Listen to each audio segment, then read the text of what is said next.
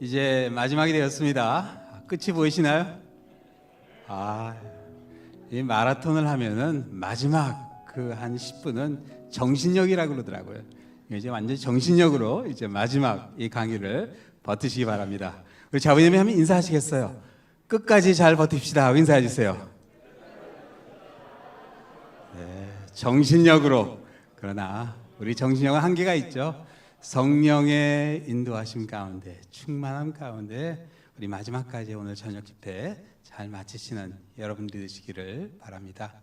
저는 여기서 한 1시간 정도 떨어져 있는 랄리에서 지난 8년간 목회를 하고 있습니다. 랄리 한인 장로교회인데요.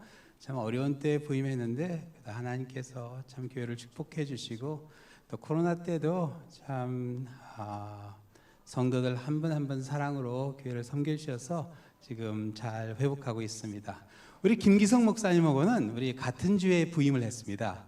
그래서 참 이렇게 같이 힘을 모아서 사역을 많이 했는데 이번에 이 PGM 이 선교 대회를 또 이렇게 이곳에 하게 되어서 뭐 함께 힘을 조금이나 보탤 수 있고 또 와서 응원해 드릴 수 있어서 얼마나 감사한지 모릅니다. 우리 이제 코로나 후에 새롭게 시작되는 그런 사역이 되었으면 합니다. 21세기를 바꿔놓은 사건들을 뽑으라면 아마 두 가지가 되지 않을까 싶어요. 9.11 사태와 그리고 코로나19. 이 두 사건으로 인해서 엄청난 변화가 일어났죠. 여러분 9.11 전에는요, 제가 강사 목사님 오시면은 게이트까지 모셔다 드렸습니다. 근데 딱 9.11 터지면서 뭐 얼마나 모든 게 엄해지고 뭐 그것뿐만 아니라 지각변동이었죠. 근데 이번에 이 코로나19로 인해서 정말 전 세계가 정말 너무나 달라진 것을 보게 돼요. 어떻게 보면 이 두 사건 다 아주 부정적인 사건이에요. 그렇지만 하나님의 주권 아래 일어났다 하는 것을 생각해 보면서 우리가 좀 긍정적으로 이 두 사건을 바라보면서 새로워진 그런 세상을 한번 바라보았으면 합니다. 여기 2019년 겨울에 코로나19가 시작되어서 지금까지 650만 명이 죽었습니다. 엄청난 그런 일이죠. 제일 심할 때는요, 하루 평균 17,000명씩 죽었어요. 지금은 이제 하루에 한 평균 1,382명, 어제의 숫자로 그렇게 평균 그렇게 죽고 있습니다. 과연 그럼 이게 종식이 될 수 있을 것인가? 여러분 어떠세요? 이 코로나19가 종식이 될까요? 제가 이번에 여기 와서 저희 교회는 오래전에 마스크를 다 벗었어요. 제가 벗자고 뭐 이렇게 강요한 건 아니었어요. 그러나 이렇게 원하시는 분들 자원해서 벗으라고 했더니 어느 한순간 어른들이 모범이 돼서 가장 먼저 벗어주셨어요. 네, 지금은 오히려 젊은 분들이 한두 분 이렇게 쓰고 계시더라고요. 그래서 뭐 건강상 또 이렇게 꼭 써야 되는 그런 경우는 있습니다. 그래도 우리가 회복을 해나가는 그런 경우인데 과연 이게 언제 종식이 될 것인가? 저 그래프가 쫙 저렇게 오르락내리락 하는데 기억나시죠? 저게 치솟을 때마다 얼마나 긴장했었고 얼마나 힘들었는지 얼마나 답답했는지 아마 기억하실 거예요. 근데 이제는 저기 바닥을 쫙 쳐서 지금 제 스크린에 조금 가렸는데 저희 보면은 이제 쭉 그 선에서 계속 유지되고 있어요. 코로나 처음 나왔을 때 뭐 다들 이게 언제 끝날 것인가 그거 아주 관심사였죠. 사실 그 터지자마자 그 3월 말에 저희 교회에서는 성지 답사를 계획하고 있었습니다. 우리 김기성 목사님 교회도 그때 동시에 같이 그걸 계획하고 있었는데 전화 나누면서 기억이 나요. 이거 얼마나 지나면 끝날까? 한 3주 잡았습니다. 그래 성지답사를 3주 연기하면 갈 수 있을 것이다. 그 다음엔 그게 석 달이 되고, 이게 이렇게 3년이 될 줄 누가 알았겠습니까? 근데 그때 제가 참 이게 언제 끝날 것인가? 좀 너무나 심각한 문제죠. 그래서 정말 기사를 많이 읽었어요. 거기에 대한 기사를 많이 읽었는데 그 중에 한 기사에 그런 글이 났어요. 이 코로나19 바이러스의 종식은 바이러스 감염이 끝날 때가 아니라 사람들이 끝났다고 생각할 때가 끝나는 때다.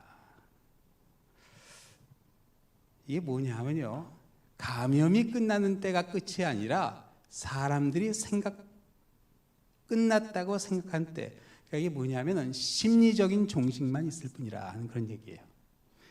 여러분 어떠세요? 끝난 것 같이 느껴지세요? 비행기 타고 오면서 어떠셨어요? 사람들 마스크 쓰고 있나요? 제가 지난주에 시애틀 갔다 왔는데 공항에 사람들이 미어 터져요. 아무도 마스크 안 쓰고 뭐 밥 먹는데도 줄 서 있고, 여하튼 물 하나 사는데 한 10분을 기다렸어요. 이렇게 사람들이 많고 공항에 앉아서 뭐 밥 먹고 이야기하고 이제는 아무도 기억 안 하는 것 같아요. 이 기사가 나왔을 때는요, 사실 백신이 나오기 전이라서 과연 그런 일이 가능할까 의심이 되는 그런 때였어요. 근데 가장 엄격한 방역 조치를 했던 홍콩도 2주 전에 격리 조치를 완전히 풀었습니다. 그런데 감염이 종식된 건 아니에요. 심리적으로 끝났을 뿐입니다. 근데 그러면 이게 회복이 가능한가? 회복이 과연 가능한가? 코로나19 감염이 시작됐을 때 코로나 바이러스를 연구하고 있었던 중국 정부의 음론이 나오기도 했지만, 이 중국 정부가 사실 이 코로나 바이러스를 연구하게 된 이유는 2003년도 사스 때문에 그게 있었습니다. 이게 2003년도를 아마 대부분 기억 못 하실 거예요. 미국에 사는 분들은 이 사스를 강 건너 불 보듯 대부분의 사람들이 그랬어요. 근데 중국과 홍콩에서는 아주 대단했습니다. 제가 관심 있는 게, 제가 홍콩에서 컸습니다. 중고등학교를 홍콩에서 나왔고 제 동생이 홍콩에 있었어요. 그래서 사스 할 때 제 동생이 치과를 하는데 병원 문 닫고 뭐 아무것도 진료도 못하고 그러고 있었던 거예요. 그래서 이제 이 병원이 어떻게 될까, 가장 비싼 동네에 그 병원을 차려놨는데 정말 그 하루하루가 참 아주 곤욕이었다고 그렇게 얘기하는 걸 들었는데, 사스는 급성호흡기 증후군의 영문 약자로서 당시 중국과 홍콩에 약 7,000명이 감염되어 죽는 아주 심각한 바이러스였어요. 그 중에 한 800명이 죽었어요. 그래서 한국에는 딱 1명 감염됐다고 그러더라고요. 그래서 사면에 보고 있는 게 그 당시 사스의 그 확산된 그 지도였어요. 근데 사실 미국에서도 확진자가 있었는데 안 알렸어요. 얼마. 그냥 쉬쉬하고 다 지나갔어요. 근데 이 사스는 원체 이 사망률이 높기 때문에 걸리면 일단 죽는다고 그러더라고요. 그래서 이게 금방 종식이 됐어요. 이 사스의 바이러스 학명은 사르스코비드로서 코로나19 바이러스와 아주 흡사합니다. 사실 모양이. 그래서 우리가 보통 앓고 있는 감기 독감의 모습은 저런 모습이고, 코로나19, 사스, 그리고 우리나라에서 잠깐 있었던 메르스, 이게 다 비슷한 종류예요. 주로 홍콩과 홍콩 근처 지역, 그리고 홍콩과 관계된 캐나다, 인도, 오스트레일리아 같은 영연방 나라에서 많이 확산됐습니다. 왜냐하면 홍콩에서 사람들이 많이 움직이기 때문에 그런 곳에서 많이 확산됐어요. 그래서 여기 이게 보시면은요, 이게 박쥐 같은 그런 동물에 이 코로나 바이러스가 많이 있다 그러네요. 근데 이 중국 사람들이 그럼 왜 박쥐를 먹었을까? 박쥐를 먹어서 코로나 바이러스에 걸렸을까? 근데 그건 아니고, 제가 홍콩에서 커서 그 중국 사람들의 그걸 좀 아는데, 이 중국 사람들은 이제 박쥐 안에 코로나 바이러스가 있는데 박쥐가 괜찮다는 이야기를 듣고 박쥐를 먹으면은 나도 그렇게 코로나 바이러스를 방역을 할 수 있다, 그런 생각을 하는 거예요. 그걸 보신이라고 합니다. 보산. 그래서 그걸 잡아먹으면은 나도 코로나 바이러스로부터 방치할 수 있다. 그래서 그걸 잡아먹는 거였어요. 그래서 사스 후에 사람들이 이제 너무 두려워가지고 그런 마음이 있었는데, 이게 사실 이게 다 뭐와 연관이 있냐면요, 이 바이러스들이 기후 변화와 연관이 있다고 합니다. 지금 이 기후가 아주 급격하게 변하고 있죠. 그래서 지구 온난화가 지금 아주 심각한 문제인데, 이 근래도 허리케인들이 지나가고 뭐 계속해서 이렇게 뭐 홍수니 또 이렇게 히트 웨이브 이런 것들이 있는데, 여기 제가 이 지구가 어떻게 지금 현재 온도가 변하고 있는가 영상 하나 보여드릴게요. 유튜브에서 떠왔는데요, 지난 200년간 지구 온도 변화입니다. 1도 내려가기도 하고 올라가기도 해요. 보세요. 마이너스 1도 될 때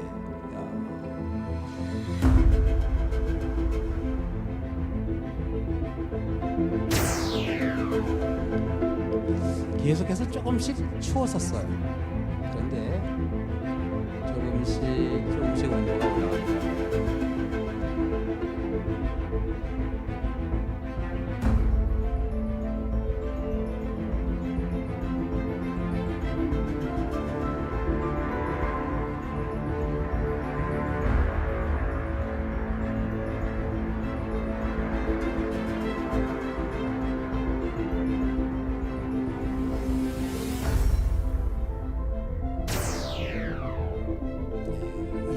10년도에 올라서 평균보다 1도가 계속 올라가죠. 저게 2.5도 올라가면 사람이 살기 어려워진다고 합니다.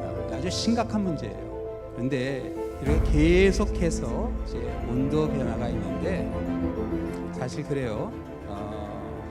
1447년, 1350년 사이 그 유럽의 인구를 30, 40%, 60%까지 죽인 흑사병 또한 기후 변화와 관계가 있다고 합니다.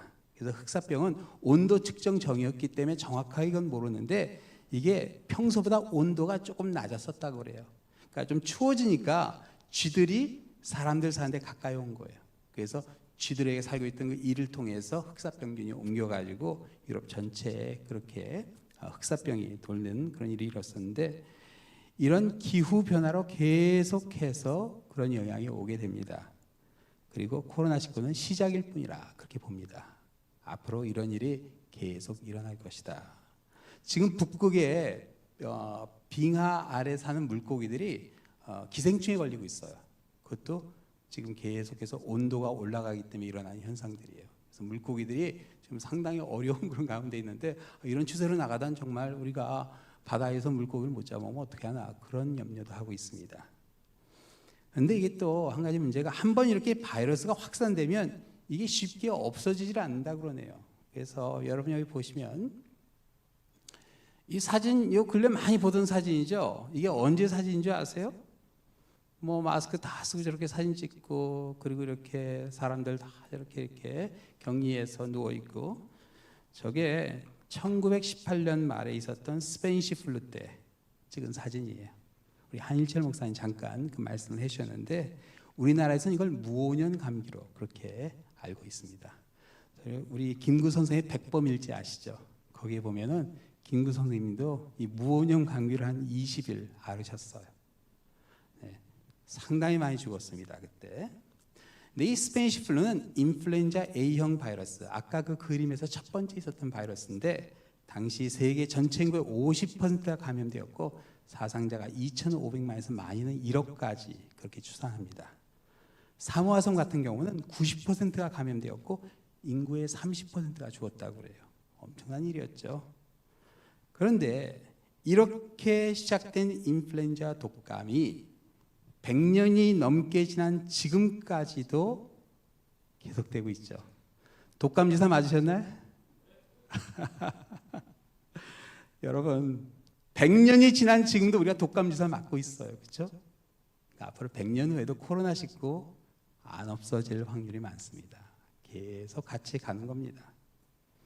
그래서 정말 해 아래 사과시 없다는 그 전도서 1장 9절의 말씀이 맞는 것 같아요. 기후변화와 함께 새로운 바이러스에 대해 계속 우리는 대처해야 되고 코로나19보다 더 심한 것이 나올 수 있음을 항상 기억해야 됩니다. 그리고 이 코로나 바이러스는요 지금도 끊임없이 변화하고 있죠. 근데 여러분 너무 그렇게 염려하실 필요는 없는 것 같아요. 코로나가 막 돌 때 이제 사람들이 죽음에 대해서 관심이 참 많았어요. 그래서 사람들이 왜 죽는가? 인구 80억에 하루에 사람들이 어떤 이유로 죽어가는가? 인구 80억에 심장마비로 죽는 사람이 하루에 48,742명이라고 합니다. 많은 숫자죠. 호흡기 장애로 이거는 이제 뭐 이 병이 이렇게 담배를 폈다거나 이 광산에서 일을 했다거나 그럴 때 이 폐가 이제 이렇게 못 쓰게 돼서 죽는 그런 경우가 한 26,181명. 호흡기 장애로 죽는 사람이 죄송합니다. 암이 26,181명. 그리고 호흡기 장애로 죽는 사람이 1724명. 그 다음이 독감입니다. 독감이 하루에 7,000명이 죽는다 그래요. 독감이 상당히 무서운 겁니다. 그렇죠? 네. 그래서 여러분 주사 꼭 맞으시기 바랍니다. 참 무서운 거예요. 그런데 이 도표에서요, 붉은색은 감염되는 병들이에요. 붉은색은. 네, 붉은색은. 근데 여기 보시면은 그 다음에 감염되는 설사 감염으로 죽는 사람이 4,300명, 결핵 감염으로 죽는 사람이 3,200명, 에이즈 감염으로 죽는 사람이 2,600명, 말라리아 감염으로 죽는 사람이 1,600명입니다. 그리고 어제 통계로 코로나19로 죽는 사람이 1,382명, 하루에 평균. 그러니까 여러분 지금 코로나19보다 말라리아로 죽는 사람이 훨씬 더 많습니다. 근데 우리의 두려움은 뭐가 더 많아요? 코로나19가 더 두려운 거예요. 그렇죠? 심리적인 종식이 되긴 했지만 여러분, 코로나19 감염 이 정도면 지나갔다고 볼 수 있습니다. 비행기 타고 오면서 아마 다 느끼셨으리라 생각돼요. 자, 그럼 이게 다 종식이 됐으니까 우리가 이전에 했던 일들을 그냥 다시 시작하면 되는 게 아닌가 생각할 수 있는데, 여러분, 일을 다시 시작하는 것은요, 이게 원점으로 돌아왔을 때만 가능한 일이에요. 그렇죠?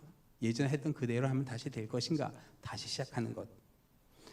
2002년도에 중국과 홍콩에 좀 전에 그 사스가 이렇게 돌았다고 말씀드리고 813명이 죽었다고 말씀드렸는데, 다행히 사스는 치사율이 상당히 높았기 때문에 8개월 만에 종식이 됐어요. 그래서 메르스 같은 경우는 조금 더 오래 가긴 오래 갔어요. 그렇지만 거의 1년 안에 다 끝났습니다. 그런데 사스 종식 후에 홍콩이 다시 원점으로 돌아왔는가? 이게 돌아오지 않았다는 게 코로나19 때 아주 역력히 나타났어요. 지난 3년 동안 코로나19 방역을 가장 심하게 한 나라가 홍콩이었습니다.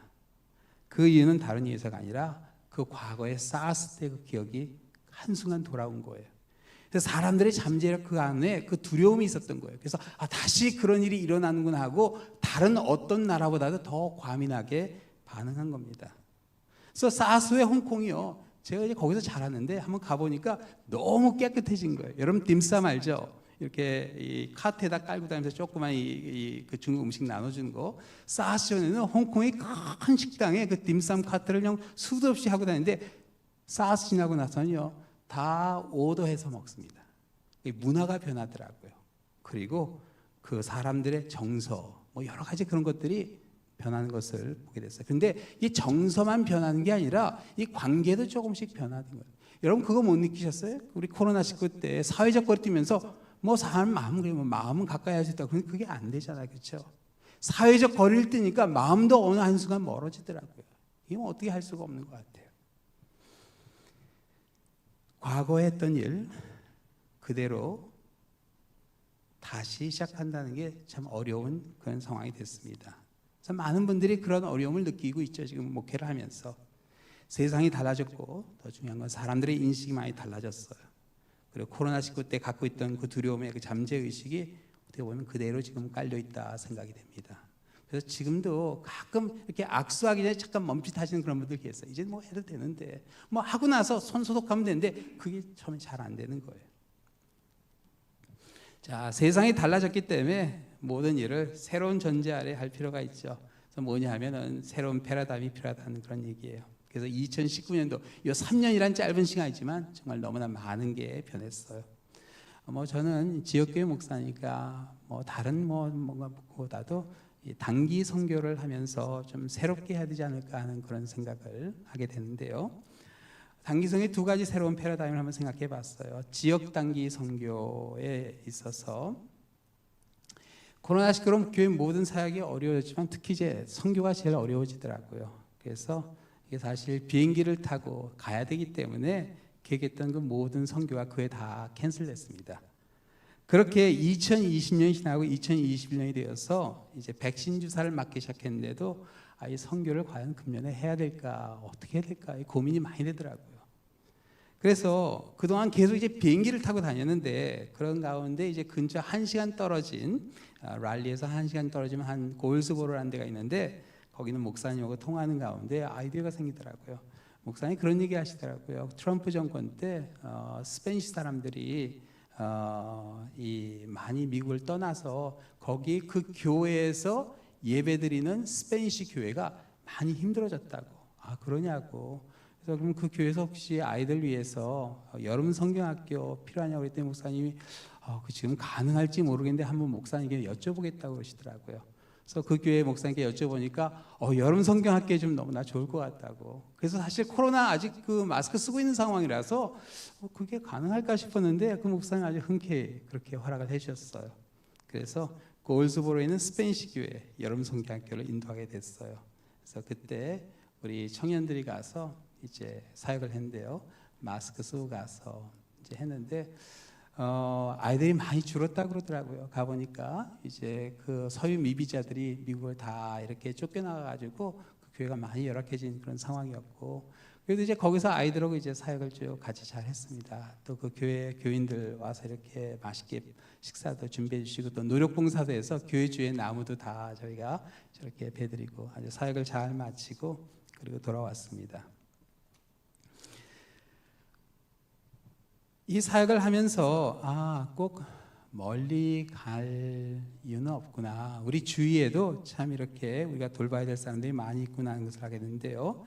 미국 국내에도 이제는 이제 난민들, 망명자들이 늘고 있는 그런 상황이죠. 그래서 앞으로 우리가 해외 단기 선교도 중요하지만 이 지역에 있는 사람들을 돌보는 것도 또한 중요한 일이 아닌가 그렇게 생각이 돼요.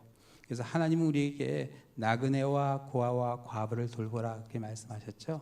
그래서 신명기 14장 29절에 보면요, 우리 한번 같이 읽을까요?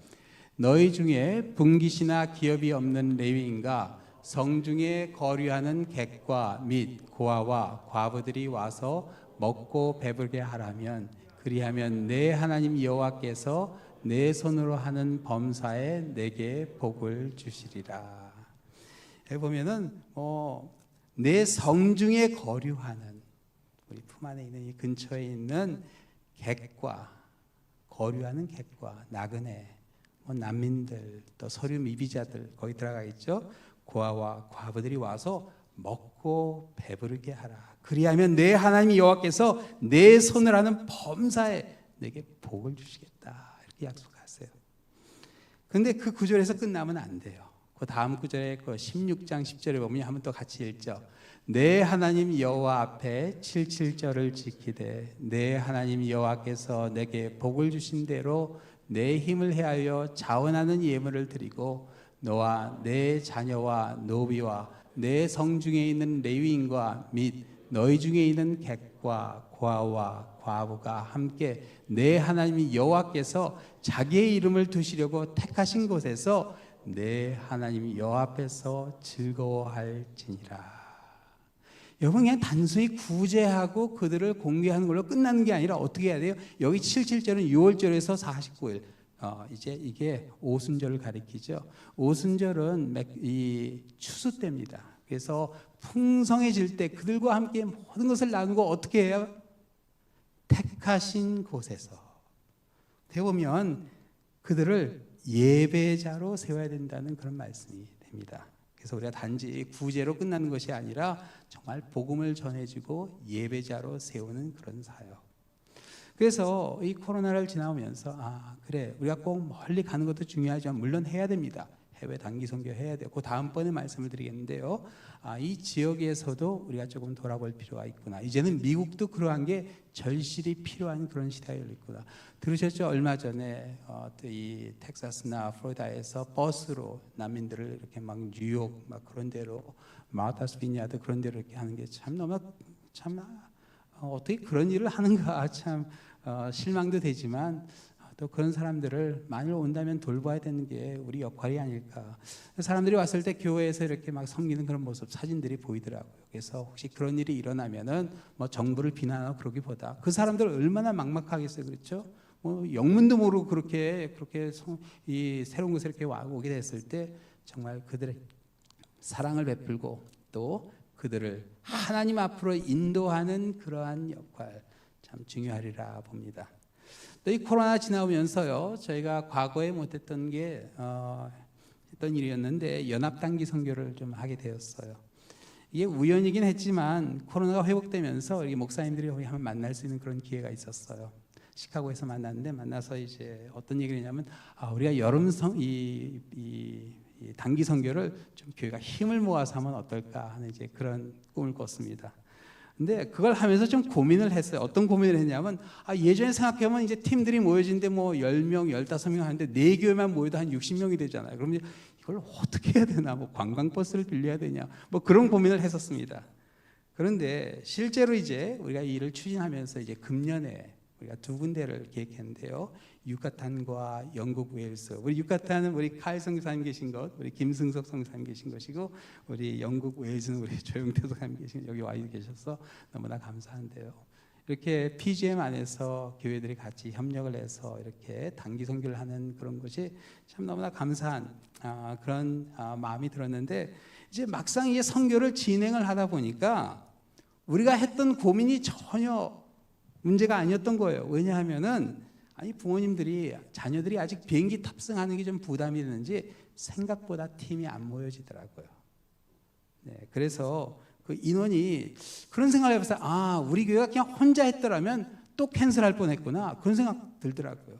그런데 이게 힘을 모아놓으니까 전혀 관계가 없는 거예요. 그래서 같이 힘을 모아서 했는데, 그래서 우리 유카탄은 두 교회가, 웨일즈는 네 교회가 같죠. 그래서 같이 하게 되어서 우리 유카탄에 우리 김승석 선생님 계신 곳에 참 선교사님 그런 은사가 있으세요. 이렇게 학생들을 보니 너무 뜨거운 열정과 마음으로 이렇게 학생들 인도하시면서 이 지역에 있는 아이들에게 전도하시면서, 또 우리 아이들도 그 섬기면서 얼마나 은혜를 많이 받고 또 도전을 받았는지 몰라요. 그래서 비록 팀 숫자로는 적은 숫자였지만 또 그래도 가서 이렇게 섬길 수 있는 또 감사한 시간이 되었고요.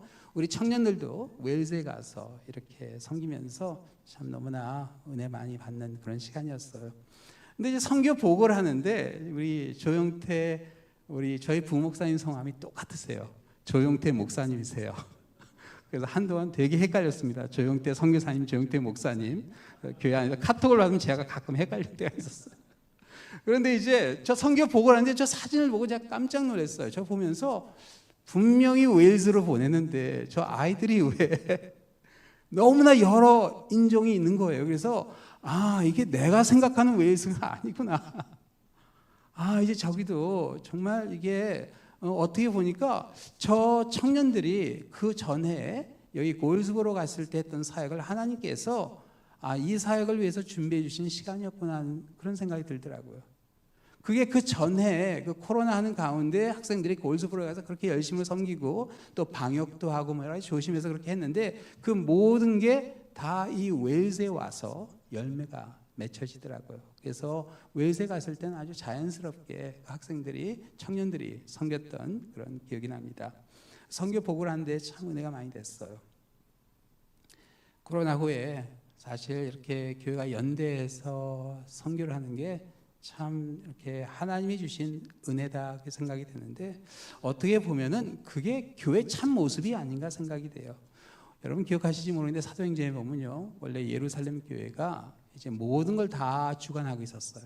어떤 신학적인 문제에서 예루살렘 공회가 열렸죠. 그래서 이방인들에게 무슨 할례를 줘야 되냐 말아야 되냐, 이방인들하고 같이 있어야 되냐, 여러 가지 그런 문제들이 다 예루살렘 공회에서 결정돼서 그 개척된 교회에 나갔는데, 어느 한순간요 이게 변하게 됐어요. 어떻게 변했냐면요, 예루살렘에 기근이 됐던 그 사건으로 해서 사도 바울이 그 여러 이제 개척된 교회들에게 헌금을 하자고 요구하죠. 그래서 이제 요청하죠. 그래서 그 교회들이 쭉 헌금을 하는데 그게 단지 돈이 모아진 게 아니었어요. 여러분 이제 사도행전하고 쫙 내용을 읽어보시면은 바울이요 한 가지 목적을 위해서 교회를 쫙 네트워킹하는 거였어요.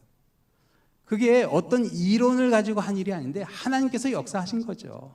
그래서 예루살렘 교회 중심의 교회가 어느 한순간 쫙 네트워크가 돼서 무형교회, 교회의 머리 대신 예수님이 역사하는 그런 아름다운 모습으로 그렇게 세워져 가는 것을 이 사도행전에서 우리가 보게 됩니다.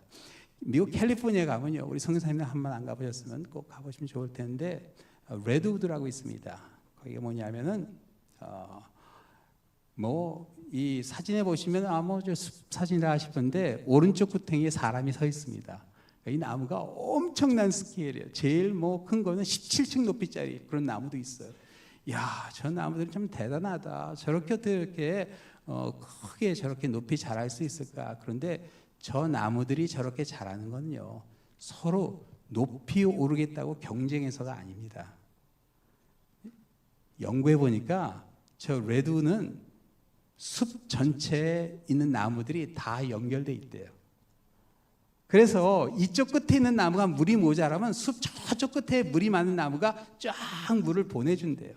이쪽 끝에 비타민이 모자라면 저쪽에서 보내주고, 이쪽에서 양분이 모자라면 저쪽으로 보내주고, 그러니까 저렇게 큰 나무가 세워지는 거예요. 사실 목회를 처음 할 때는요, 좀 교만할 때가 있어서 그래 내가 잘하면 돼. 그런데 이게 시간이 가면 갈수록 그걸 느껴요. 아, 이게 아니구나. 교회가 힘을 모아야 되는구나. 하나님께서 이 교회를 세우신 것은 교회 머리 대신 예수님, 우리 무형교회를 이렇게 이 지역교회지만 이렇게 하나 되는 그걸 해주셨는데 각자 교회가 갖고 있는 은사가 다 다른 거예요. 그렇죠? 근데 그 은사들을 하나님이 쓸 수 있게 만들어준 것 또한 우리의 믿음이 아닌가 생각이 돼요. 그걸 그냥 움켜쥐고 그래 우리 교회 이만큼 할 수 있어 보여주는 거, 그는 어떻게 보면 어떨 때는 아름답지 못한, 또 뭐 그렇게 경쟁하다 보면요, 같은 선교지에 막 여러 교회가 가서 뭐 하면 어떨 때는 도미니카 계신 선교사님이 그러시더라고요. 좀 힘드시대요. 뭐 너무 여러 번 오니까 또 같은 일 또 계속해야 되니까 그 지역에 있는 청년들도 막 번아웃이 된대요. 네, 그래서 그런 것보다는 그래도 우리가 교회가 이제 힘을 모아서 코로나19 후에는 이 네트워킹을 해야 되겠다는 그런 생각을 하게 되었어요. 그래서 이 코로나 회복이 되면서 우리가 지역 단기 선교, 또 연합 단기 선교, 한번 새로운 패러다임으로 한번 꿈꿔보는데 우리 선교사님들 또 좋은 조언을 해주시면 좋을 것 같아요. 선교지의 그런 이 실제 그런 상황을 보여주시면서 우리 지역교회가 갖고 있는 그런 여러 가지 그런 자원들을 다 하나로 모을 수 있도록 해주시면은 아마 하나님께 큰 영광이 되지 않을까 생각이 됩니다. 이 코로나19 중에서 이제 이렇게 그 코로나19 중에 이번에 우리 주제가 중단 선교인데 뭐 미약하지만 그렇게 이제 단기 선교 또 이제 그런 것들을 쭉 하면서 뭐 생각지 않은 도전들이 있더라고요. 몇 가지 나눠보면은 비행기 일정이 생각보다 변동이 많더라고요. 그래서 뭐 비행사 쪽에 문제가 될 수도 있고 또 기후 변화도 문제가 있는 것 같아요. 그래서 계속해서 우리 중고등학생들이 이제 우리 김승석 선교사님 거기 가는데 오는 날 미국 동부 전체 공항이 다 마비가 됐어요. 그래서 뭐 어느 공항으로 떨어져 다 거기서 이제 비행기가 다 놓치는 그런 상황이 됐는데 그런 거 이게 겪으면서 이제 그런 생각을 하게 되더라고요. 조금 불편해도 직항을 태워야 되겠다. 그래서 뭐 어딜 가든지 뭐 그냥 뭐 좀 불편하잖아요. 그래서 그냥 뭐 이렇게 뭐 갈아타고 가라고 했는데 이제는 그게 아니라 좀 멀더라도 뭐 좀 더 큰 도시로 가서 직항을 태워보내겠다 그런 생각하게 되고, 또한 이 소셜 미디어가 상당히 파워풀해졌어요. 이게 온라인 그리고 이제 애들이 다 전화 갖고 있잖아요. 그래서 이것도 좀 잘 사용을 해야 되겠다. 예전에 이제 선교 갈 때 다 전화를 거뒀습니다. 근데 그런 것보다도 이제는 뭐 이걸 거둘 수가 없는 상황이잖아요. 그렇죠? 이게 분신이 돼 버렸으니까 아이들한테. 그래서 이거를 어떻게 사용해야 될까? 이 소셜 미디어를 어떻게 해서 이제 선교지와 더 가깝게. 저도 볼리비아 선교 갔다 왔는데 그 청년들이 제 페이스북에 다 들어와 있어요. 뭐 물론 이렇게 계속 이렇게 그걸 유지하기가 쉽지는 않지만 그래도 뭐 생일 때가 되면 들어오고 뭐 이야기하고 이제 그런 것을 보게 되는데, 이 소셜 미디어 아마 우리가 앞으로 좀 더 이렇게 잘 사용해야 되지 않을까. 사도 바울이 로마에 길을 사용했듯이 우리는 이 SNS 그리고 또 온라인, 줌 이걸 사용하게 될 때 우리 선교사님들이 참 그런 좋은 것들을 많이 나누셨는데 아마 도전이 되지 않을까 싶어요. 또 세 번째는 가족들의 과잉 반응이 좀 있는 것 같아요. 이번에 보내면서 좀 생각하는 게 이게 실시간으로 보고가 되더라고요. 그러니까 학생들이 그 선교지에서 일어나는 일들이 실시간으로 보니까 또 실시간으로 컴플레인이 들어와요. 뭐 이런데 뭐 어쩌라고, 여기 지금 그 선교지에서 일어나고 있는데 기도하시라고. 가기 전에 아주 각인을 시켰어요. 어떤 일이 있어도 전도사님의 말씀을 꼭 들어야 된다고. 꼭 들어야 돼. 이거 뭐 그거 안 하면 절대로 다음번에 뭐 안 보내겠다고 그렇게까지 신신당부를 했는데도 그게 안 되더라고요. 부모님의 마음이죠. 이해하죠. 그렇지만 아마 이런 것도 이게 코로나 때문에 사람들이 되게 쉽게 과잉 반응을 하는 것 같아요. 뭐 지나갈 수 있는 일인데 비행기 좀 연착될 수 있잖아요. 그런데 아마 본인들 마음에는 코로나 때문에 애들이 사람이 많은 곳에 있으면 어떻게 되나 하는 그런 우려심이 아마 좀 작용한 게 아닌가 싶어요.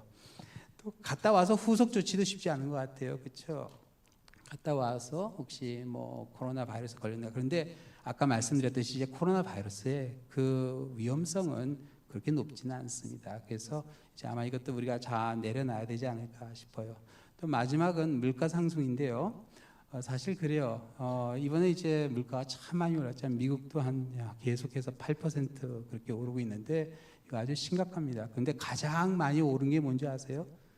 여기 보면은 지난주에 뽑았는데 비행기표 값이 가장 많이 올랐다고 그러네요. 그래서 이게 실제로 이제 단기 선교를 보내면은 이게 길에 쓰는 돈이 너무 많을 수도 있겠구나. 그걸 생각해 보니까 각 교회마다 아이들 숫자를 좀 줄이고 연합을 해서 선교를 가면은 그것도 하나님의 자원을 지혜롭게 쓰는 게 아닌가 어떤 그런 생각을 하게 됩니다. 그래서 뭐 여러 가지 이런 요소가 있는데 한 가지 중요한 것은 단기 선교 중요해요. 저는 이제 시카고에서 영어 목회를 했는데요. 영어 목회할 때 제 담당이 이제 그 영어권에 있는 모든 학생들 단기 선교를 훈련시켜서 보낸 일이었어요. 그래서 많을 때는 뭐 중고등학생을 40명 막 그렇게 훈련시켜서 보내고 계속해서 1년에 몇 팀씩 그렇게 훈련해서 영어권 또 대학생 또 중고등부 학생 그걸 보내는데 처음에는 제가 그 교회를 갈 때는 아주 부정적인 시각을 가지고 갔어요. 네, 왜냐하면 그렇게 40명씩 보내면은 이게 돈이 얼만데 그걸 꼭 그렇게 써야 되나. 그런데 그렇지 않더라고요. 선교 갔다 와서 사람들이 선교사님과 인격적인 만남을 예수님만 인격적인 만남이 필요한 게 아니라 선교사님하고도 그 만남이 필요하더라고요. 그래서 선교사님이 어떤 어려움이 있을까 그 선교사를 만나면서 아이들이 또 그런 비전을 갖게 되고 또 그리고 어른들은 갔다 와서 항상 그곳을 생각하시더라고요. 한번 어느 집사님이 목사님 큰일 났어요. 허리케인이 온대. 그래서 허리케인 안 오는데요. 그랬더니 아니 목사님 여기 말고 우리 작년에 선교 갔던데 그러냐고 죄송하다고. 그래서 좀 창피하더라고요. 이 집사님은 작년에 선교 갔던데 그 선교사님은 그렇게 걱정하고 있는데 나는 그냥 잊어버리고 있었구나.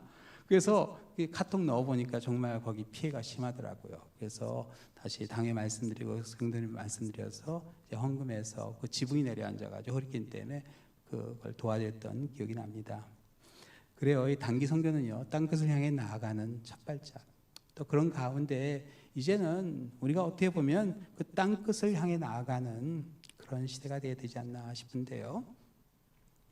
이 코로나19 아까 말씀드렸듯이 좀 이렇게 긍정적인 걸 우리가 한번 보면 좋을 것 같다 싶은데 하나님의 주권 아래. 그런데 이 코로나19가 어느 한순간 제가 뉴스를 계속 보는데 땅끝을 잠깐 보여주더라고요. 이 코로나19가 2019년 우한에서 시작돼서 다음해 4월 말쯤 이제 미국에는 이제 완전히 확산되기 시작했어요. 그리고 세계 여러 나라에 확산됐죠. 그래서 그 당시 사람들의 관심사가 코로나 청정 지역 어디 가면 코로나가 없을까? 근데 이제 찾아보니까 이런 나라들이 코로나 청정 지역이더라고요. 코모로, 키리바시, 사실 좀 창피해요. 제가 여기 있는 나라 반도 몰랐어요. 레소토, 마샬군도, 마이크로네시아, 나우루, 북한, 팔라우, 사모아. 사모아에서 사역하셨던 우리 선교사님 계셨다고 그러는데, 네. 상투메 프린시페, 그리고 솔로몬 제도, 남수단, 타지키스탄, 통가, 투르메니스탄, 투발루, 바누아투, 예멘. 그래서 이 나라들이 도대체 어디 있는가 이렇게 그때 봤는데 이제 이런 나라들이더라고요. 네. 사람들의 발걸음이 가장 안 가는 곳. 물론 선교사님은 벌써 들어가 계십니다. 많은 지역에. 그래도 사람들이 가장 안 가는 그런 지역이구나 하는 걸 보게 되는데요. 네, 참 그래서 어떻게 보면은 저 나라들의 복음이 안 간 건 아니지만 저렇게 코로나가 가장 늦게 들어가는 걸 보면은 어떻게 보면은 그런 것들이 땅끝이 되지 않나 하는 생각을 하게 돼요. 눈에 보이지 않는 코로나19가 땅끝까지 가는데 지금은 청정지역 없습니다. 세계 어디도 다 코로나가 있어요. 근데 여러분 기가 막히지 않아요? 눈에도 보이지 않는 바이러스가 땅끝까지 가는데 걸린 시간은 불과 7, 8개월이었어요. 7, 8개월. 그런데 우리는 왜 아직까지 못 가고 있는가?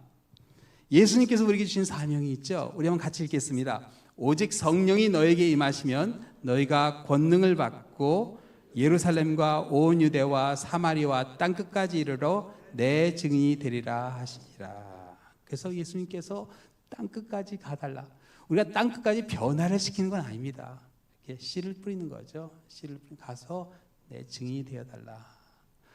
물론 우리가 가면서 일꾼들을 세우고 훈련해서 그래서 그 사람들을 통해서 더 멀리 땅끝으로 가요. 제가 인도에 단기 선교 왔을 때 깜짝 놀란 일이 있었어요. 저는 이제 선교지에 인도의 고아원을 가는데 그 고아원의 원장님이 이제 그런 말씀을 하시더라고요. 참 이번에 와줘서 고맙다고. 근데 그 원장님이 독신이신데 여자분이신데 여자 아이들을 위한 고아원이에요. 근데 원장님이 그러시더라고요. 자기가 신학교를 나왔을 때 나갈랜드라고 인도에서 아무도 안 가는 곳에 가서 선교를 하셨대요. 가서 거기서 이제 뭐 아무것도 안 가지고 갔는데 천막 치고 거기 있으니까 한 일주일 있으니까 먹을 것도 없고 정말 쓰러져서 거의 정신이 잃을 뻔했는데 그 마을 사람들이 하도 불쌍해서 와서 음식을 가져왔더래요. 그래서 거기서 선교하기 시작해서 거기 아이들에게 전도했다는 그런 이야기를 들려주시더라고요. 내 생각엔 우리가 땅끝을 왔다고 생각했는데 그분은 또 더 먼 곳으로 가서 이미 사역을 하고 계셨던 곳이에요. 그래서 그 고아원을 통해서 또 새로운 그런 선교사님들이 나오면 이런 분을 통해서 정말 그런 도전을 받으면 너무 감사하겠다. 여자아이들만 한 1000명이 있어요. 그래서 그런 생각을 하게 되는데 사실 그래요. 땅끝까지 가는 게 목적이잖아요. 그리고 우리가 씨를 뿌리는 우리 아이들이 어렸을 때 한번 얘기를 하더라. 지금은 이제 뭐 대학원에 다 있는데 아주 어렸을 때예요. 그 아이들이 집에 교인들처럼 오이도 심고 토마토도 심고 그걸 심재요. 근데 저희 집에 저희 사모고 우리 딸 둘인데 그걸 심으면 누가 해야 돼요? 다 제가 해야 됩니다. 그래서 여하튼 그걸 뭐 해가지고 했는데 이 토마토를 이제 뭘 심으면 좋을까 했더니 이제 홈디포에 가서 이제 씨 판 데 가서 뭐 토마토도 있고 오이도 있고 뭐 다 샀어요. 그냥 꿈은 야무지게 딱 해가지고 야심차게 해서 했는데 토마토를 심는데 이렇게 봉투에 있는데 뭐 소리가 좀 나게 딱 해서 이렇게 덜어보니까 이게 토마토 씨가 맞나 싶더라고요. 너무 작은 거예요. 그래서 제가 그래도 이거를 하나 심는 건 그렇고 이렇게 좀 이렇게 몇 개를 같이 털어 넣었어요. 그때 얼마 후에 싹이 나는데, 이야, 이게 막 그냥 너무 여러 개가 나니까 그 교회 교인이 가르쳐 주시가 그렇게 하면 안 되고 구멍 하나씩 해서 하나씩 넣어야 된다고. 네. 그런데 생명이라는 건 그런 것 같아요. 정말 그 토마토 씨를 보면요, 이게 뭐가 될까 싶은데 거기서 정말 얼마 시간이 지나가니까 잎이 나고 줄기가 올라오고 이 빨간 토마토가 열리기 시작하더라고요. 야, 이런 거구나. 나는 그냥 심기만 했는데 하나님께서 이걸 정말 키우시는구나. 그리고 하나님께서 이렇게 열매까지 맺게 하시는구나 하는 것을 보게 되는데 우리 첫날 저녁 우리 토마스 선교사님, 우리 조용태 선생님 통해서 들었을 때 참 그런 감동 많이 받아서 그래. 가서 전해주는 것만 해도 너무나 귀한 거구나. 땅끝을 향해. 그렇죠. 예수님께서 땅끝까지 가서 증인이 되달 부탁하셨는데 우리는 아직 땅끝에 이르지 못한 게 분명해요. 왜냐하면 예수님께서 이렇게 말씀하셨죠. 이 천국 복음이 모든 민족에 증인되기 위하여 온 세상에 전파되리니 그제야 끝이 오리라. 아직 전파 안 된 겁니다. 그러니까 예수님께서 지금 기다리고 계시는 거예요. 우리가 그 땅끝을 향해 가기를. 그래서 우리 교회들이 힘을 모아서 우리 선교사님들 가장 전방에 계시는데 우리 더 먼 땅끝을 향해 땅끝에서 온 그 성도들을 향해서 정말 복음을 증거하시는 가운데 코로나19에서 이제 다시 한번 땅끝을 바라보시는 여러분이 되시기를 우리 주님의 이름으로 축원합니다. 근데 코로나19가 보여준 게 하나 더 있어요. 뭐냐면요, 이 코로나19를 지나면서 제가 사람들이 이 죽음에 대한 두려움이 대단하구나 하는 걸 느꼈어요. 근데 세상 사람들이 그렇게 두려워하는 거는 이해가 되는데 우리 믿는 사람들도 이 죽음에 대한 두려움이 정말 대단하구나. 우리가 말로는 부활을 믿고 죽음의 권세 얘기하는데 아니 실제로 이게 피부에 와닿으니까 너무 약해지는 거예요. 2020년 3월 27일 제 목회 28년 중에 가장 부끄러운 날이었어요. 노스캐롤라이나주 주지사의 행정명령으로 한 주간 자가격리 그리고 모든 공예배를 취소해야 된다는 그 명령을 내렸어요. 정말 고민 많이 했어요. 이거를 따라야 되는지 말아야 되는지. 이게 주지사의 명령인데 교인들의 안전을 위해서 이거를 따라야 되는지 아니면은 어떻게 해야 되는지. 근데 정부에서 뭐 최소 인원은 온라인 예배를 위해서 허락을 한다. 그렇게 해서 일단 저희 교회는 사실 온라인 예배를 그 전에 한 1년 전부터 스트리밍을 하고 있었어요. 그래서 그냥 교인들에게 통지하고 온라인으로 들어가고 그 주소만 다 보내드렸는데 그래도 하나님께 너무 죄송한 마음이 들더라고요. 그날은 우리 신앙의 성도들은 정말 목에 칼이 들어와도 주의를 지켰는데 이 제단을 지켰는데 이래도 되는가? 이게 온라인으로 드려도 되는가? 그것도 신학적으로 고민을 정말 많이 했어요. 일단 그걸 보내고 하게 되는데 고린도전서 15장 31절에 사도 바울이 이런 자랑을 했죠. 사도 바울이 한번 같이 읽겠습니다. 형제들아, 내가 그리스도 예수 우리 주 안에서 가진 바 너에 대한 나의 자랑을 두고 단언하노니 나는 날마다 죽노라. 사도 바울은 날마다 죽는다고 그랬는데 이게 뭐 그냥 이렇게 자기 성과를 죽이고 무슨 뭐 그런 게 아니었어요. 날마다 죽노라 했던 사도 바울의 고백에 대한 그 설명이 훗날 빌립보 교회에 보낸 빌립보서 3장 10절 12절에 이렇게 나오죠. 형제 죄송합니다. 그게 잘못됐네. 네, 제가 읽어드릴게요. 빌립보서 3장 10절 12절인데요. 내가 그리스도와 그의 부활과 권능과 그 고난의 참여함을 알고자 하여 그의 죽으심을 본받아 어떻게 해서든지 죽은 자 가운데서 부활에 이르려 하노니 내가 이미 얻었다 함도 아니요 온전히 이루었다 함도 아니라 오직 내가 그리스도 예수께 잡힌 바 된 것을 잡으려고 달려가노라. 이 날마다 죽는다는 얘기는 다른 게 아니라 예수님의 죽으심을 본받는 일이에요. 근데 예수의 죽으심을 본받는 거는 그냥 내 성격을 죽이고 참는 그게 아니라 실제로 십자가에 못 박혀 죽는 거잖아요. 죽음의 그 갈림길에서 하나님께서 부활해 주실 것을 믿으면서 우리가 하나님께 모든 걸 맡겨보는 그 믿음인데 우리가 과연 그 믿음을 갖고 있는가? 어떻게 보면 코로나19를 지나오면서요 우리가 참 우리가 하나님 앞에 이 교회의 참된 모습을 과연 보여줬는가 하는 것을 생각해 보게 돼요. 그래서 다시 이런 일이 일어난다면 어떤 모습을 보여줘야 될지 좀 고민하게 됩니다. 다시 이제 코로나19가 아니라 코로나20이 나오면은 어떤 모습을 보여줘야 될까? 행정명령이 내렸을 때 과연 우리는 어떻게 해야 될까? 전 좀 다르게 할 것 같은 그런 확신이 있습니다. 사실 주일 성수 무너졌습니다. 그런데 아무도 탓할 수가 없어요. 교인들 탓할 수가 없어요. 이거 제 손으로 한 일이거든요. 중세 때였어요. 흑사병으로 수없이 많은 사람이 죽어갈 때였습니다.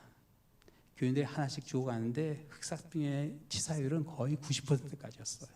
걸리면 죽는 겁니다. 그런데 죽어가는 교인들을 돌보기 위해서 신실한 사명감 있는 사역자들이 가서 그들을 신방해주고 그들을 묻어줬어요. 그러고 나서 그들도 죽었습니다. 가는 족족 죽었어요. 가는 족족. 결국 교회 거의 모든 신실한 사역자들은 다 죽었습니다. 교회의 죽음이었습니다. 그리고 그 당시 교황은요 어떤 사람이었냐면 모닥불을 2개 피고 그 사이에 있으면은 산다는 그런 얘기를 듣고 그게 뭐 의학적으로 된 게 아니라 뭐 어떻게 그런 얘기를 듣고서 모닥불을 2개 피워놓고 그 사이에 그 흑사병 기간 동안 있어요. 얼마나 더웠을까 싶어요. 그리고 살아남은 교계 지도자는 하나같이 다 이기적이고 세속적인 사람들이었어요. 그래서 어떻게 된지 아세요? 교회에서 결국 면죄부까지 받았습니다. 이런 교회 모습을 더 이상 보고 있을 수 없다 해서 일어난 일이 1517년 10월 30일에 일어난 종교개혁이었습니다. 그렇죠? 하나님께서 흑사병을 통해서 그런 변화를, 이 종교개혁이 없으면 오늘 이 자리 우리도 없습니다. 그렇죠? 없는 겁니다. PGM 존재하지 않습니다. 근데 종교개혁이 일어났어요. 그런데 종교개혁이 일어난 후에 사람들의 마음속에 기억된 교회의 모습은 면죄부를 팔았던 타락한 교회의 모습이 아니었어요. 어떤 모습을 기억했을까요? 그래도 그 흑사병으로 사람들이 죽어가는 가운데 찾아와서 내 아버지, 내 어머니, 우리 아이들 장례식해준 그 사제들, 목사님들, 그들을 기억했어요. 흑사병의 교회 개혁을 일으킨 것은 죽음을 두려워하지 않은 부활을 믿었던 신실한 사역자들이 있었기 때문에 교회의 참된 모습을 보여줬습니다. 죽음의 권세 앞에서 눈 하나 깜짝하지 않았어요. 교회는 그래야 살아납니다. 어떻게 보면 회복을 이야기하는 제 모습이 부끄러워집니다. 참 모습을 보여줬어야 되는 건데, 참 모습을 보여줬어야 되는 건데, 그런 안타까움이 있어요. 죽음이 두렵죠. 근데 그와 반면에 또 이 세상 사람들의 마음에는요, 아까 말씀드렸듯이 이 코로나19가 지나가면서 이 죽음에 대한 두려움이 깔려 있는 거예요. 물론 그들이 지금은 안 그런 것 같이 그렇게, 그러나 이 코로나19를 지나면서 얼마나 그 많은 그런 어려운 일들이 있었어요. 거의 미국에 이 코로나19로 가족을 안 잃은 사람들이 없습니다. 여러분 이건 뭔지 아세요? 지금은 전도할 때가 된 것 같아요. 하나님께서 이제 말씀을 전도할 그 텃밭을 만들어 주셨어요. 그렇죠? 씨 뿌리기 전에 이 밭을 일구잖아요. 그렇죠? 그런데 쫙 밭을, 전 세계적으로 밭을 일궈 주셨어요. 그러니까 이제 우리가 복음의 씨앗을 뿌려야 됩니다. 씨 뿌릴 때예요. 씨 뿌릴 때예요. 우리 김은봉 목사님이 어제 그 말씀하실 때 유서 쓰고 네팔 가겠다는 걸 말씀하셨는데 너무 도전되는 말씀이죠. 그래, 뭐 여행보험 다 들어놓고 가는 게 아니라, 자 그래, 우리 이제 유서 써놓고 가는 그런 도전 아직도 늦지 않았어요. 난 날마다 중노했던 사도 바울의 고백과 함께 여러분이 땅끝을 바라보는 그런 시간이 되었으면 합니다. 회복하는 일 쉽지 않아요. 그러나 우리의 능력으로 하는 게 아니라 하나님이 하신 일이죠. 지금 교회가요, 처음에 이제 코로나19 끝나서 만났을 때는 정말 천국 같았어요. 아세요? 온라인으로 예배드리다 성도들이 한 사람 나올 때마다 그냥 허그하고, 허그하지 아직 안 된다고 그랬는데 허그하고 뭐 너무나 반가워. 야, 천국이 이런 거구나. 그런데 시간이 조금 지나가니까 어떻게 된 줄 아세요? 그래도 코로나 때가 좀 더 좋았던 것 같은데 집에서 예배 드리고 이 게으름 어쩔 수 없어요. 이거 우리 힘으로 회복 안 된다고 봅니다. 하나님의 능력이 있어야 돼요. 해마다 봄이 되면요, 히말라야 산맥에 아주 예쁜 학들이 쫙 모이게 돼요.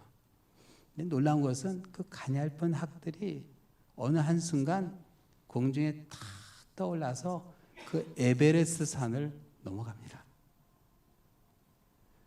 뭐 이렇게 제가 말로만 해드린 것보다 영상 하나 보여드릴게요.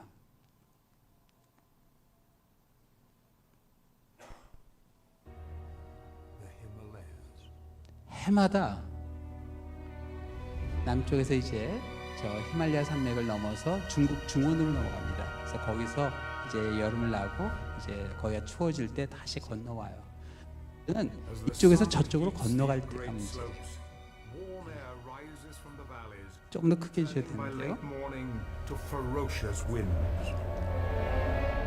저 히말라야 산 앞에서는요, 이 기류가 한순간에 변해요. 그리고 이 기류가 변하면 한순간에 얼어 죽을 수도 있어요. 그리고 저희가 공기가 거의 없습니다. 근데 저기를 어떻게 학이 날라 올라갈까? 근데 저 학들이 한 번 시도해서 되는 일이 아니에요. 저렇게 올라가다가 이게 기류가 갑자기 변하면 그냥 저렇게 다 해서 돌아와야 됩니다.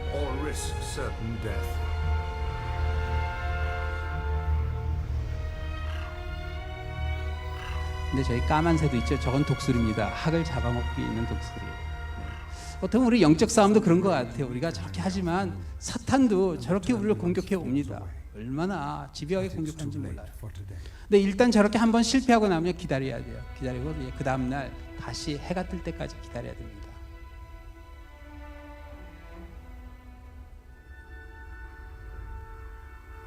A new day, a new chance. The adults must guide their 해가 young 떠서 on this 이제 hazardous 산을 trip. 향해 쫙 올라갑니다.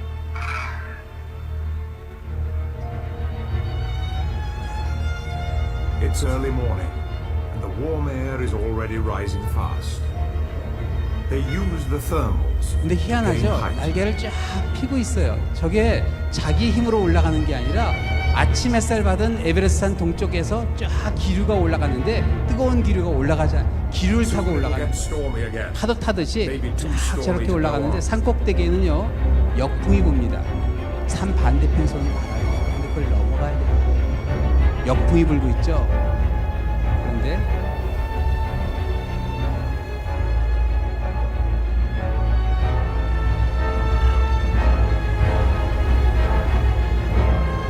In the final ascent, every wing beat is a desperate 마지막 battle against 사력을 the 다해서 freezing wind. 정상으로 올라갑니다.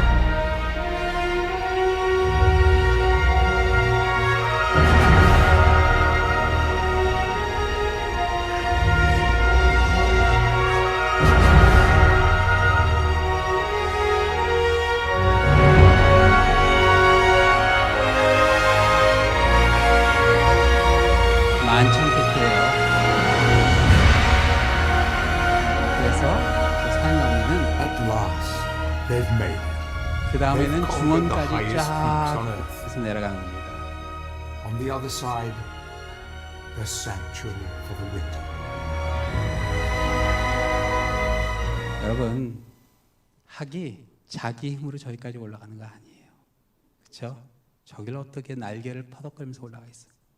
그 산을 타고 올라가는 그 뜨거운 기류를 타고서 쫙 꼭대기까지 올라가는데 이게 한순간에 기류가 변할 수 있어요. 그런데 여러분, 저렇게 여러 마리가 올라가는 이유는 그 변화하는 기류를 그 한 마리가 감지하면 나머지가 한꺼번에 다 움직이는 거예요. 그러면서 그 산을 넘어갑니다.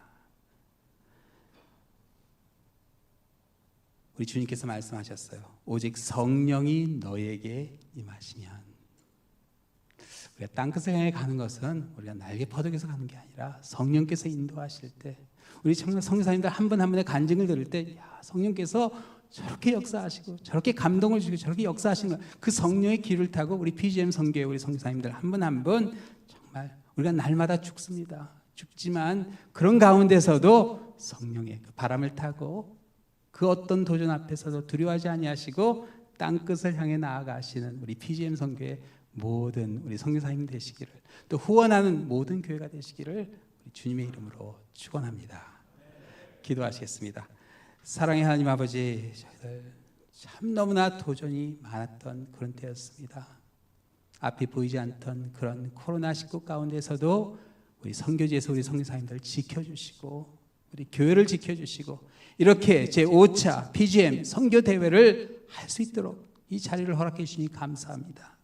이제 성령께서 역사하여 주셔서 우리 성령의 그 바람을 타고 저희들 땅끝을 향해 나아가는 날마다 죽는 가운데 주님의 그 부활하시는 그 능력을 체험하는 우리 선교사님들 한 분 한 분 되게 하여 주시고, 또한 힘을 모으는 우리 모든 지역교회가 되게 하여 주시옵소서. 모든 말씀 예수 그리스도의 이름으로 기도드립니다. 아멘.